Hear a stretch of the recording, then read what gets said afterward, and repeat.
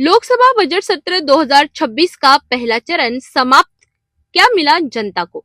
Lok Sabha budget 2026 का पहला चरण शुक्रवार 13 फरवरी 2026 को समाप्त हो गया है। इस दौरान सदन की कार्यवाही काफी हंगामेदार रही और सत्ता पक्ष व विपक्ष के बीच तीखी नोकझोंक देखी गई। आइए जानते हैं सदन की अवधि और स्थगन अवधि। बजट सत्र का पहला चरण 28 फरवरी से 13 फरवरी 2026 तक चला। इस दौरान कुल 13 बैठकें हुई और स्थगन।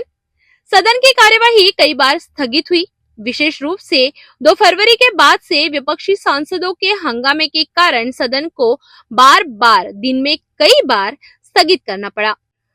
विपक्ष में मुख्य रूप से पूर्व सेना प्रमुख एमएम नरवणे की अप्रकाशित किताब और चीन सीमा विवाद पर चर्चा की मांग कर रहा था। विपक्ष के मुद्दे और सरकार का रुख।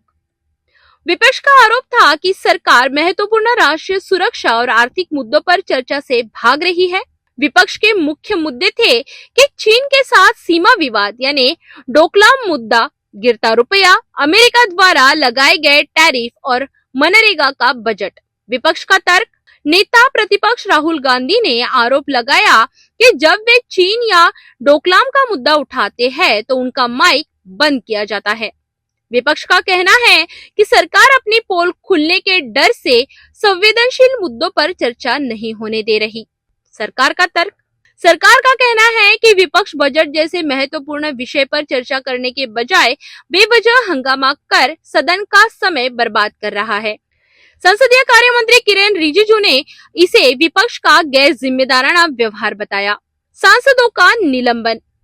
सदन में अनुशासनहीनता और पीठासीन अधिकारी की कुर्सी की तरफ कागज उछालने के कारण कुल 8 विपक्षी सांसदों को पूरे बजट सत्र के लिए निलंबित कर दिया गया। निलंबित सांसद। इनमें कांग्रेस के 7 सांसद मणिकम टैगोर, अमरिंदर सिंह राजा, गुरजीत सिंह औजला, हिबी ईडन, डीन कुरियाकोस, प्रशांत पडोले, किरण कुमार रेड्डी और सीपीआईएम के एक सांसद एस वेंकटेशन शामिल है।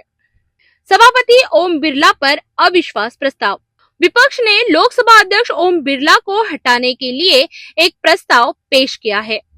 कारण, विपक्ष का आरोप है कि स्पीकर निष्पक्ष नहीं कर रहे हैं और वे नेता प्रतिपक्ष को अपनी बात रखने का पर्याप्त मौका नहीं दे रहे। साथ ही विपक्ष ने स्पीकर के उस बयान पर आपत्ति जताई जिसमें उन्होंने कथित तौर पर कहा था कि सदन के भीतर प्रधानमंत्री पर हमला हो सकता है। विशेष स्थिति। नैतिकता के आधार पर ओम बिरला ने फैसला किया है कि जब तक प्रस्ताव कर निर्णय नहीं हो सकता वह सदन की अध्यक्षता नहीं करेंगे। बजट सत्र 2026 की विशेष बातें।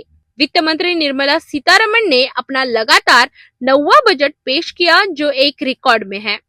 प्रमुख घोषणाएं की गई जिनमें बुनियादी ढांचे के लिए 12.2 लाख करोड़ का आवंटन, राजकीय घाटे का लक्ष्य 4.3% और महात्मा गांधी ग्राम स्वराज जैसी नई पहल।